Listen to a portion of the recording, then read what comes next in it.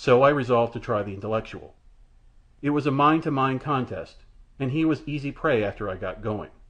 I joined him in his blue smile, and began to talk about English aristocracy, for I doubted not, from the spectre's manner, that he was or had been one of that class. He had about him that haughty lack of manners which bespoke the aristocrat. I waxed very eloquent when, as I say, I got my mind really going.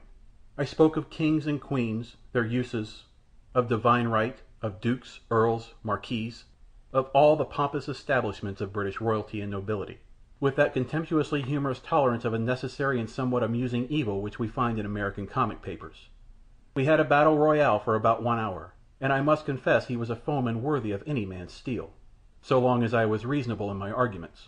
But when I finally observed that it wouldn't be 10 years before Barnum and Bailey's greatest show on earth had the whole lot engaged for the New York circus season, stalking about the Madison Square Garden arena, with the Prince of Wales at the head beating a tom-tom, he grew iridescent with wrath, and fled madly through the wainscoting of the room. It was purely a mental victory. All the physical possibilities of my being would have exhausted themselves futilely before him. But when I turned upon him the resources of my fancy, my imagination unrestrained, and held back by no sense of responsibility, he was a child in my hands, obstreperous, but certain to be subdued. If it were not for Mrs. Jarley's wrath, which, I admit, she tried to conceal, over the damage to her divan, I should now look back upon that visitation as the most agreeable haunting experience of my life. At any rate, it was at that time I first learned how to handle ghosts, and since that time I have been able to overcome them without trouble, save in one instance, with which I shall close this chapter of my reminiscences, and which I give only to prove the necessity of observing strictly one point in dealing with spectres. It happened last Christmas, in my own home. I had provided as a little surprise for my wife a complete new solid silver service marked with her initials. The tree had been prepared for the children, and all had retired save myself. I had lingered later than the others to put the silver service under the tree, where its happy recipient would find it when she went to the tree with the little ones the next morning. It made a magnificent display. The 24 of each kind of spoon, the forks, the knives, the coffee pot, water urn, and all. The salvers, the vegetable dishes, olive forks, cheese scoops, and other dazzling attributes of a complete service, not to go into details, presented a fairly scintillating picture which would have made me gasp if I had not, at the moment when my own breath began to catch, heard another gasp in the corner immediately behind me. Turning about quickly to see whence it came, I observed a dark figure in the pale light of the moon which streamed in through the window.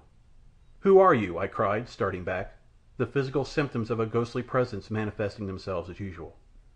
"I am the ghost of one long gone before," was the reply in sepulchral tones. I breathed a sigh of relief, for I had for a moment feared it was a burglar. "Oh," I said, "you gave me a start at first.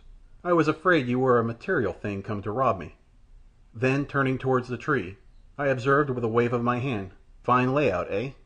"Beautiful," he said hollowly, "yet not so beautiful as things I've seen in realms beyond your ken." And then he set about telling me of the beautiful gold and silver ware they used in the Elysian fields, and I must confess Monte Cristo would have had a hard time, with Sinbad the Sailor to help, to surpass the picture of royal magnificence the spectre drew. I stood enthralled until, even as he was talking, the clock struck 3, when he rose up, and moving slowly across the floor, barely visible, murmured regretfully that he must be off, with which he faded away down the back stairs.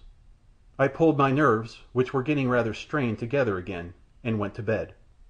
Next morning every bit of that silverware was gone, and, what is more, 3 weeks later I found the ghost picture in the Rogues' Gallery in New York as that of the cleverest sneak thief in the country. All of which, let me say to you, dear reader, in conclusion, proves that when you are dealing with ghosts you mustn't give up all your physical resources until you have definitely ascertained that the thing by which you are confronted, horrid or otherwise, is a ghost, and not an all too material rogue with a light step, and a commodious jute bag for plunder concealed beneath his coat. How to tell a ghost, you ask? Well, as an eminent master of fiction frequently observes in his writings, that is another story, which I shall hope some day to tell you for your instruction and my own aggrandizement. End of Ghosts That Have Haunted Me, by John Kendrick Bangs. This recording by James Christopher, jxchristopher@yahoo.com.